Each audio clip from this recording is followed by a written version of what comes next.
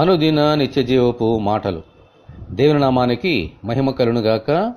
దేవుని వాక్యాన్ని చదువుకుందాము.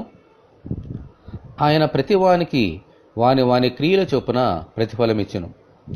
రోమీలకు రాసిన పత్రిక 2వ అధ్యాయము 6వ వచనం. మనము ఏ చెట్టు నాటితే ఆ చెట్టు ఫలములనే పొందుకుంటాం. మామిడి చెట్టు అయితే మామిడి ఫలాలు, యాపిల్ చెట్టు అయితే యాపిల్ ఫలాలు ఫలిస్తాయి. అయితే ప్రభు చెప్పినట్లు మంచి చెట్టున కాని ఫలములు, పనికి మాలిన చెట్టున మంచి ఫలములు ఫలించవు. అదే రీతిగా ప్రతి మనుష్యుడు తన తన క్రియలను బట్టి ఫలములను పొందుకుంటాడు.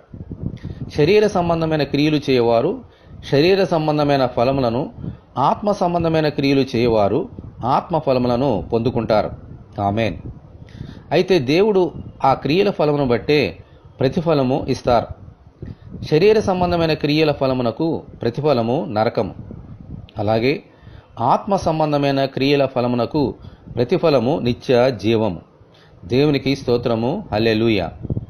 మన ప్రభువైన యేసుక్రీస్తునందు విశ్వాసముంచిన మనమైతే దేవుడిచ్చే ఆత్మ సంబంధమైన ప్రతిఫలము పొందుటకు ముందుకు సాగిపోదాము. మనమందరము దేవుని ప్రార్థన చేసుకుందాం. ప్రభువా, మీకు వందనాలు. మా క్రియలు ఎల్లప్పుడూ మీకు ఇష్టమైనవిగా ఉండునట్లు సహాయం దయచేయమని వేడుకుంటున్నాం.